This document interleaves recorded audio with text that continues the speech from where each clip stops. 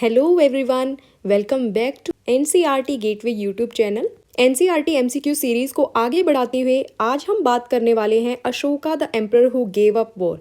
जी हाँ, आज हम अशोका से रिलेटेड हर एक मेन इंपॉर्टेंट क्वेश्चन हम आज पढ़ने वाले हैं, जो कि आपके प्रीवियस एग्जाम्स में बार बार पूछे गए हैं, चाहे वो सीटेट का एग्ज़ाम हो, पीएस टेट हो, एच टेट हो या फिर एसएसटी मास्टर कैडर हो हिस्ट्री से।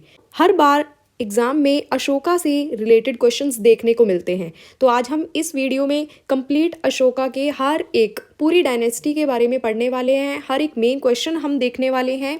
तो चलिए बिना देरी करते इस सीरीज़ को स्टार्ट करते हैं और देखते हैं आज का फर्स्ट क्वेश्चन क्या रहने वाला है। तो फर्स्ट क्वेश्चन है आपका, who was the founder of Maurya dynasty? Maurya वंश के संस्थापक कौन थे? ऑप्शंस देखिए, बिंदुसार मौर्य, चंद्रगुप्त मौर्य, अशोका, चंद्रगुप्त द्वितीय। तो मौर्य वंश के संस्थापक कौन थे? चंद्रगुप्त मौर्य। राइट आंसर रहेगा आपका option number B, Chandragupta Maurya. ये मौर्य वंश के संस्थापक रहे। इन्होंने इनसे पहले नंद डायनेस्टी हुआ करती थी, ठीक है। इन्होंने नंद डायनेस्टी के जो लास्ट रूलर रहे हैं धनानंद को हराया। धनानंद को हराकर इन्होंने मगध में अपने मौर्य साम्राज्य की स्थापना की। कब की? 322 बीसीई में इन्होंने एस्टेब्लिश किया अपने मौर्य वंश को, ठीक है। इनसे कुछ इंपॉर्टेंट क्वेश्चंस हैं जो एग्जाम में पूछ लिए जाते हैं। इनकी कैपिटल क्या थी? कैपिटल इनकी पाटलिपुत्र थी, ठीक है। पाटलिपुत्र इनकी कैपिटल रही। और इनके एक गुरु थे, एडवाइजर जिन्हें आप कह सकते हो, ठीक है। वो बड़े फेमस रहे हैं। उनका क्या नाम था? कौटिल्य। आपने सुना होगा कौटिल्य के बारे में। इनका और भी नाम था कौटिल्य का। कौटिल्य का दूसरा नाम था चाणक्य। तो इनके गुरु से क्वेश्चन पूछ लिया जाता है। चंद्रगुप्त मौर्य के जो गुरु थे वो कौन थे? कौटिल्य थे, चाणक्य थे। इन्होंने राजनीति के बारे में इनको बड़ी एडवाइस दी थी, ठीक है। जो इनका एरिया एक्सपेंड हुआ, एक्सपेंशन जो पावर इनकी थी, उनके पीछे किसका विचार था या हाथ था या एडवाइस थी? वो कौन थे? कौटिल्य थे, ठीक है। कौटिल्य की एक बुक भी थी जो इन्होंने लिखी थी, जिसमें मौर्य साम्राज्य के शासन प्रशासन के बारे में, ठीक है, पता चलता है। वो कौन सी बुक थी? अर्थशास्त्र। तो ये मेन पॉइंट आप याद रखेंगे। चंद्रगुप्त मौर्य से रिलेटेड इन्होंने अपनी डायनेस्टी मौर्य वंश की स्थापना की थी 322 बीसी में, ओके। और इनकी राजधानी थी पाटलिपुत्र। इनके गुरु थे कौटिल्य या फिर चाणक्य, जिनका नाम रहा। नेक्स्ट सेकंड क्वेश्चन देख लेते हैं। सेकंड क्वेश्चन क्या कहता है? Who was the grand father of Ashoka? Ashoka के ग्रैंड फादर यानी उनके दादाजी कौन थे? Bimbisara, Bindusara, Harsha, Chandragupta Maurya. Option number D यहाँ पे आपका करेक्ट आंसर रहने वाला है, चंद्रगुप्त मौर्य। जी हाँ, चंद्रगुप्त मौर्य अशोका के क्या थे? दादाजी थे। अगर मैं थोड़ा इनके फैमिली के बारे में बताऊं तो चंद्रगुप्त मौर्य के पुत्र थे बिंदुसार। ये ऑप्शन में जो है ये इनके क्या थे? सन थे। किनके? चंद्रगुप्त मौर्य के। और बिंदुसार के सन थे अशोका, ठीक है। चलिए नेक्स्ट क्वेश्चन देखिए। Third question, when did Ashoka became the ruler? अब अशोका राजा कब बने, रूलर कब बने? देखिए, अशोका यंगेस्ट सन थे बिंदुसार के। बिंदुसार जो कि चंद्रगुप्त मौर्य के पुत्र थे। बिंदुसार ने चंद्रगुप्त मौर्य के बाद एम्पायर को रूल किया था। और बिंदुसार का एक टाइटल भी था। बिंदुसार का टाइटल बता देती हूँ आपको। इनका टाइटल क्या था? अमित्रघात।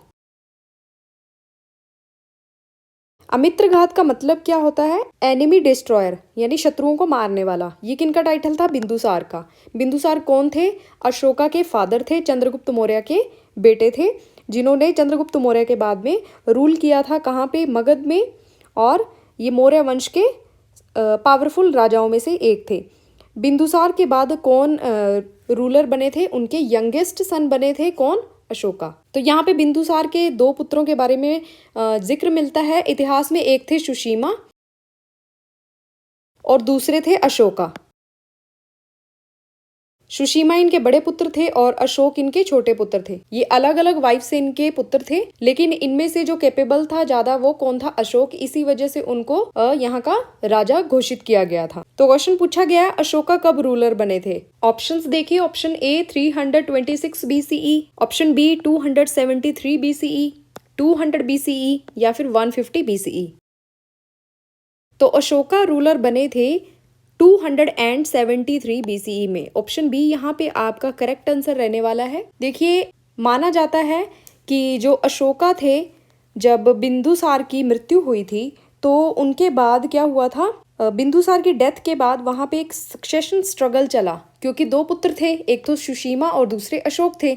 तो ये अशोक कौन थे, यंगेस्ट पुत्र थे, यानी छोटे पुत्र थे अशोक, और बड़े पुत्र कौन थे, सुशीमा। तो बड़े को राजगद्दी मिलती है, लेकिन किसको मिली, अशोक को। वो कैसे मिली, इस पे भी एक लंबी स्टोरी है, पता नहीं वो सच है या झूठ है। ठीक है, मान्यता यही मानी जाती है कि अशोक ने अपने 99 जो ब्रदर थे, ठीक है, उनको मारा था, उनको मार कर गद्दी प्राप्त की थी। तो इनको गद्दी मिली थी 273 में, लेकिन स्ट्रगल चल रहा था सक्सेशन के लिए। तो जब इन्होंने 99 अपने ब्रदर्स को का मर्डर किया, उनको मारा, फिर उसके बाद 269 BCE में इनका राज्याभिषेक हुआ। ठीक है, ये इनका कोरोनेशन डेट है 269 BCE। तो ऑप्शंस में आपका करेक्ट आंसर रहने वाला है 273 BCE, अशोक जब रूलर बने। चलिए नेक्स्ट देखते हैं। फोर्थ क्वेश्चन देखिए, what was the capital of Mauryan empire during Ashoka's time. जब अशोका राजा बने तब उनके साम्राज्य की राजधानी कौन सी थी, उज्जैन, तक्षशिला, पाटलिपुत्र, दिल्ली। तो ऑप्शन नंबर सी यहाँ पे आपका करेक्ट आंसर रहने वाला है पाटलिपुत्र। पाटलिपुत्र जो कि मॉडर्न पटना जिसे आज बोला जाता है, और ये कहाँ पे है, बिहार में। ये मौर्य एम्पायर की मेन कैपिटल थी, और ये सिटी ऐसी थी जो पॉलिटिकल, एडमिनिस्ट्रेटिव और इकोनॉमिक सेंटर था किसका, मौर्यन एम्पायर का। तो जो अशोका थे, इन्होंने अपने पूरे एम्पायर को कहाँ से गवर्न किया था, पाटलिपुत्र से किया था। तो ये इनकी क्या थी, कैपिटल थी। चलिए नेक्स्ट क्वेश्चन देखिए, fifth question, the Kalinga war was fought around. अब ये एक टर्निंग पॉइंट है अशोक के जीवन का। माना जाता है अशोक जब राजा बने थे तब बहुत ही ज़्यादा क्रूअल थे, लेकिन इनके जीवन में एक टर्निंग पॉइंट आया। वो टर्निंग पॉइंट क्या था, कलिंग वॉर थी। ठीक है, कलिंग का युद्ध था। ये भी इन्होंने अपने एम्पायर का एक्सपेंशन करने के लिए वॉर लड़ी थी, ये कलिंगा। ठीक है, तो इसी वॉर के बारे में पूछा गया है, ये वॉर कब हुई थी। ये क्वेश्चन इम्पॉर्टेंट है, बहुत ज़्यादा इम्पॉर्टेंट है। इस क्वेश्चन को पता नहीं हर एक एग्जाम में कितनी बार पूछा गया है। ठीक है, तो कलिंग वॉर कब हुई थी। ऑप्शंस देखिए, 326 BCE, 185 BCE, 250 BCE, 261 BCE। तो ऑप्शन नंबर डी यहाँ पे आपका करेक्ट आंसर रहने वाला है। 261 BCE में कलिंग वॉर हुआ। जी हाँ, कलिंग एक इंडिपेंडेंट कोस्टल रीजन था। ठीक है, ये आज के उड़ीसा में पड़ता है। ये क्या था, एक इंडिपेंडेंट कोस्टल रीजन था, जहाँ पे क्या करना चाहते थे अशोका, अपने एम्पायर का एक्सपेंड करना चाहते थे, क्योंकि वहाँ से वो क्या करना चाहते थे, ट्रेड को, जो ट्रेड रूट था उसको कंट्रोल करना चाहते थे। कहाँ से, कलिंग से। तो इसी वजह से इन्होंने अपने राज्य का विस्तार करने के लिए कलिंग को जीतना चाहा। ठीक है, इस वॉर में हुआ क्या, अशोक जीत तो गए थे, लेकिन ये जीत इनकी हार में बदली। कैसे बदली, क्योंकि इस कलिंग वॉर में माना जाता है कि 1 लाख से ज़्यादा लोग मारे गए थे। ठीक है, और तकरीबन 1.5 लाख लोग बंदी बना लिए गए थे, और कई हजार लोग तो स्टारवेशन की वजह से मर गए थे। मतलब इतनी ज़्यादा वायलेंट और डिस्ट्रक्टिव था ये कलिंग वॉर। और इतना ब्लड शेड जब अशोक ने देखा तो उनका एक टर्निंग पॉइंट आया उनकी लाइफ में। उन्होंने हमेशा के लिए वॉर को क्या कर दिया, त्याग दिया। तो जब वॉर के बाद अशोका को इतना डीप रिग्रेट हुआ, उन्होंने ये सोच लिया कि अब कभी वायलेंस नहीं करनी है, कभी कोई लड़ाई नहीं करनी है। और इन्होंने इसीलिए दम का भी क्या किया था, एडॉप्शन किया था। दम क्या था, पीस और मोरालिटी का एक इन्होंने प्रचार करना शुरू किया था दम का, जिसके बारे में हम आगे पढ़ने वाले हैं। ठीक है, और इन्होंने बुद्धिज़्म को भी अडॉप्ट किया था, बुद्धिज़्म की तरफ इंक्लाइन हुए, और फिर इन्होंने पीसफुल, ये क्या बन गए, एक रूलर बन गए। ये इनके जीवन का टर्निंग पॉइंट था। तो ये क्वेश्चन आ जाता है एग्जाम में, अशोका के जीवन का टर्निंग पॉइंट क्या था, तो वो क्या था, कलिंग वॉर थी। ठीक है, 261 BC में ये वॉर हुई जिसमें अशोक जीते थे। 6th क्वेश्चन देखिए, Kalinga is located in present day. जो कलिंग है आज के समय में वो कहाँ पे प्रेजेंट है, कहाँ पे लोकेट है, पंजाब, बिहार, उड़ीसा, गुजरात। अभी मैंने आपको 5th क्वेश्चन में बताया था जो कलिंग है वो कोस्टल रीजन है, किसका पार्ट है वो आज? ऑप्शन नंबर सी यहाँ पे आपका करेक्ट आंसर है ओडिशा। ओडिशा का एक कोस्टल रीजन है कलिंग। क्वेश्चन नंबर 7 देखिए, after Kalinga war Ashoka adopted. जब कलिंग का युद्ध हुआ तो उसके बाद अशोक ने क्या अडॉप्ट कर लिया? इनमें से कौन सा धर्म अशोक ने अडॉप्ट किया था? ए बुद्धिज्म, बी जैनिज्म, सी हिंदुइज्म, डी इस्लाम। तो अशोक ने बुद्धिज्म यानी बुद्ध धर्म को क्या किया था? अडॉप्ट किया था। और जो इनके दादाजी थे चंद्रगुप्त मौर्य, उन्होंने कौन सा धर्म अडॉप्ट किया था? उन्होंने किया था जैनिज्म। जैनिज्म को अडॉप्ट करने वाले मौर्यन जो रूलर रहे हैं वो कौन थे? चंद्रगुप्त मौर्य।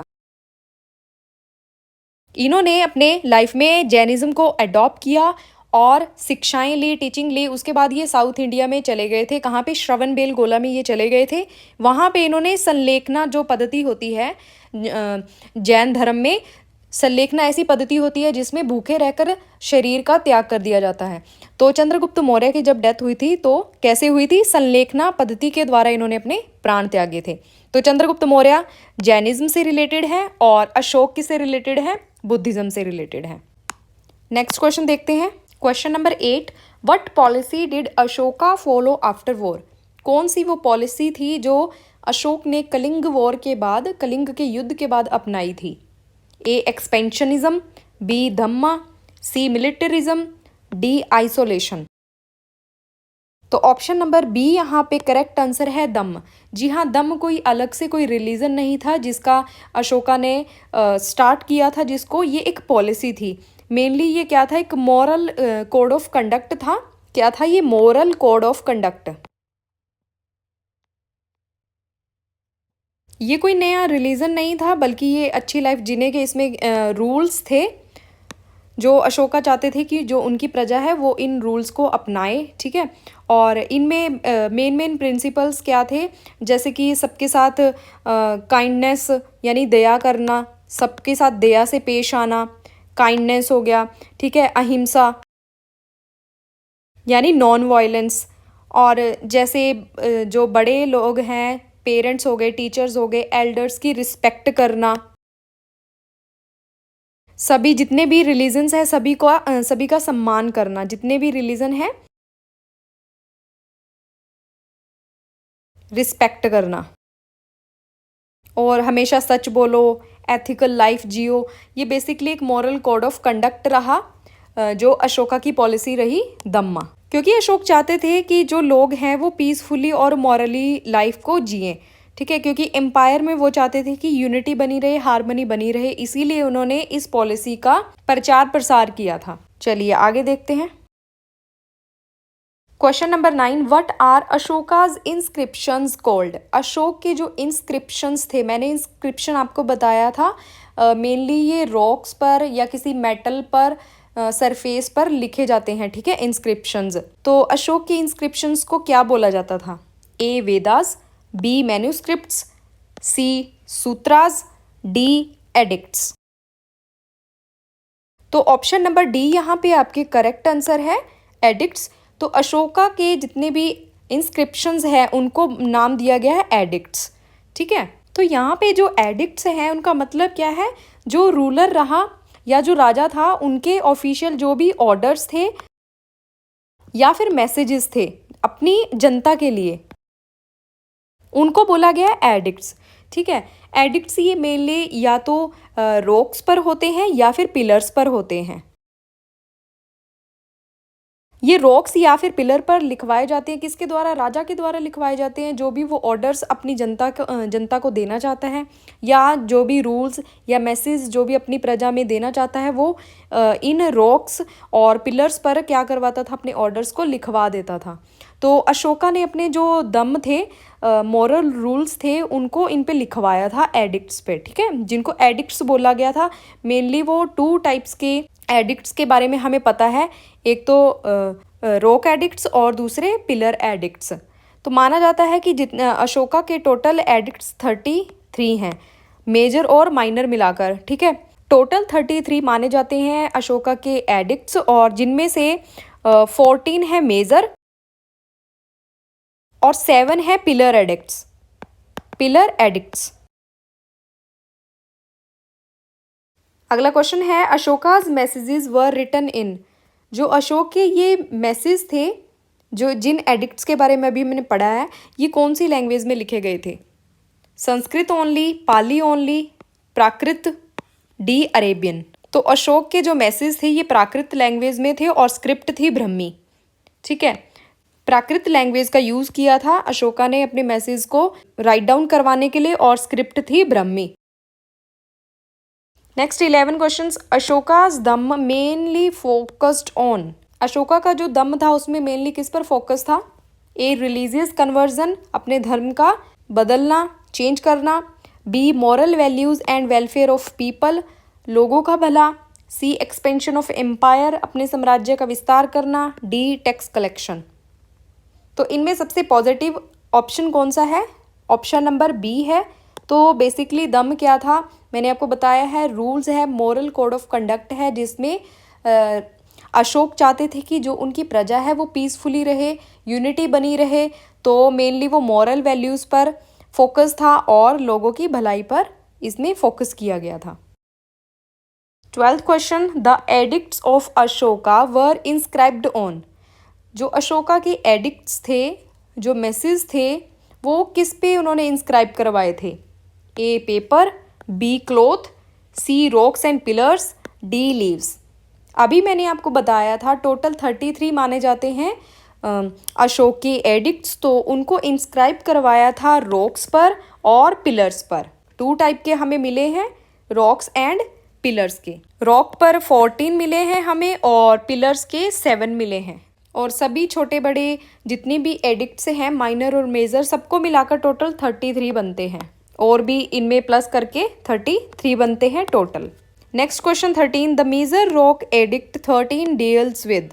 अब ये मेजर रॉक एडिक्ट है 13, ये किसके बारे में इस बताता है? हमें क्या जानकारी मिलती है इस रॉक एडिक्ट से? Option A administration, B tax system, C Kalinga war, D trade policies. तो जो मेजर रॉक एडिक्ट 13 था उसमें हमें पता चलता है कलिंग वॉर के बारे में। ऑप्शन सी यहाँ पे आपका क्या है? करेक्ट आंसर है। कलिंग वॉर अशोका का जो मेन टर्निंग पॉइंट था लाइफ का, इसके बारे में अशोका के रॉक एडिक्ट 13 से हमें जानकारी मिलती है। चलिए नेक्स्ट देखिए। Next question 14। In his edicts Ashoka refer to himself as. जो अशोका के एडिक्ट्स हैं उनमें अशोका ने अपने आप को कैसे रेफर किया है? क्योंकि उन्होंने डायरेक्टली अपना नाम अशोका नहीं लिखा है, उन्होंने कुछ और मेंशन किया है। तो ऑप्शन देखिए। ए महाराजा धीराज, बी देवनाम पिया पियादसी, सी चक्रवर्तिन, डी सम्राट। मोस्ट इंपॉर्टेंट क्वेश्चन है ये, मोस्ट रिपीटेड क्वेश्चन है ये।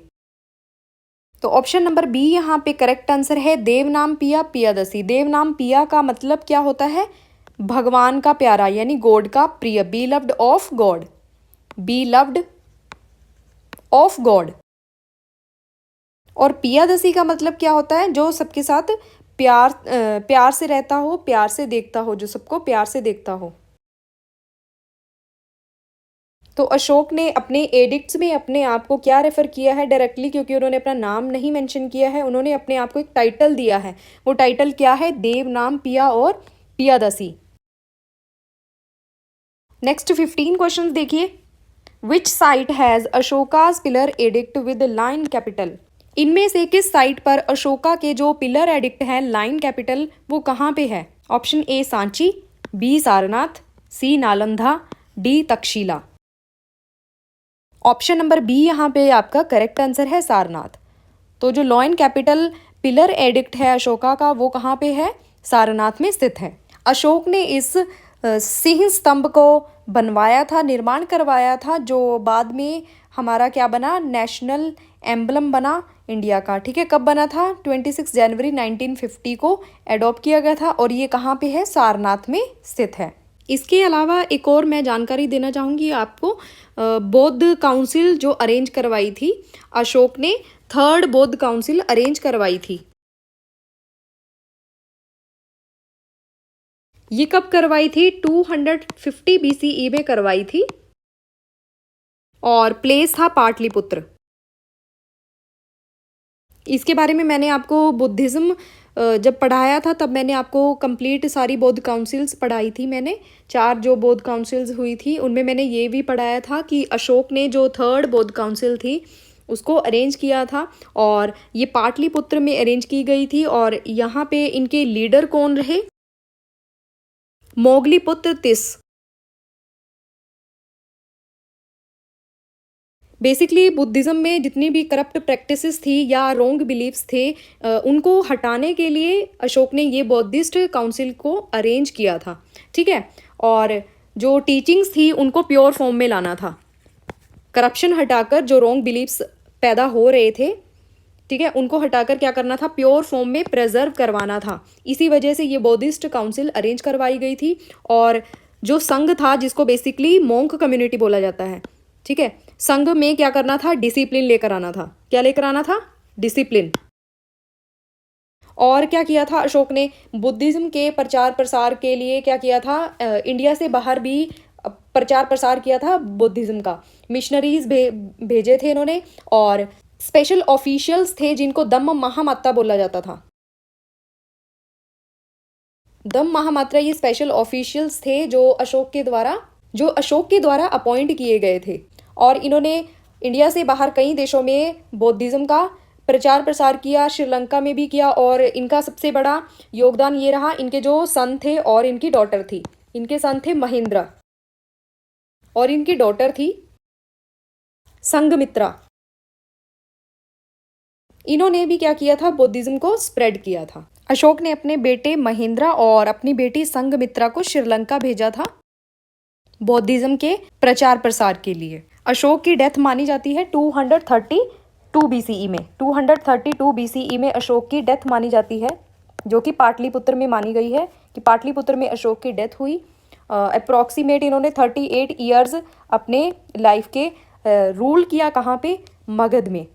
मौर्य वंश के ये बहुत ही ग्रेट रूलर रहे हैं। और जब इनकी डेथ हुई तो इनके डेथ के बाद मौर्य साम्राज्य वीक होना शुरू हो गया। ठीक है, उसके बाद क्या हुआ, धीरे धीरे एम्पायर का डिक्लाइन होना शुरू हो गया। तो मौर्य वंश के 3 मेन रूलर रहे हैं, चंद्रगुप्त मौर्य, बिंदुसार और अशोका। तो ये थे अशोक से रिलेटेड मोस्ट इम्पोर्टेंट MCQs जो आपके एग्जाम्स के लिए काफ़ी यूज़फुल रहेंगे। अगर आपको ये वीडियो हेल्पफुल लगा हो तो इसे लाइक करें और अपने फ्रेंड्स के साथ शेयर करें। और ऐसे ही एग्ज़ाम ओरिएंटेड MCQs के लिए चैनल को सब्सक्राइब करना ना भूलें। तो मिलते हैं नेक्स्ट वीडियो में और भी इम्पोर्टेंट टॉपिक के साथ। तब तक के लिए take care and thank you for watching.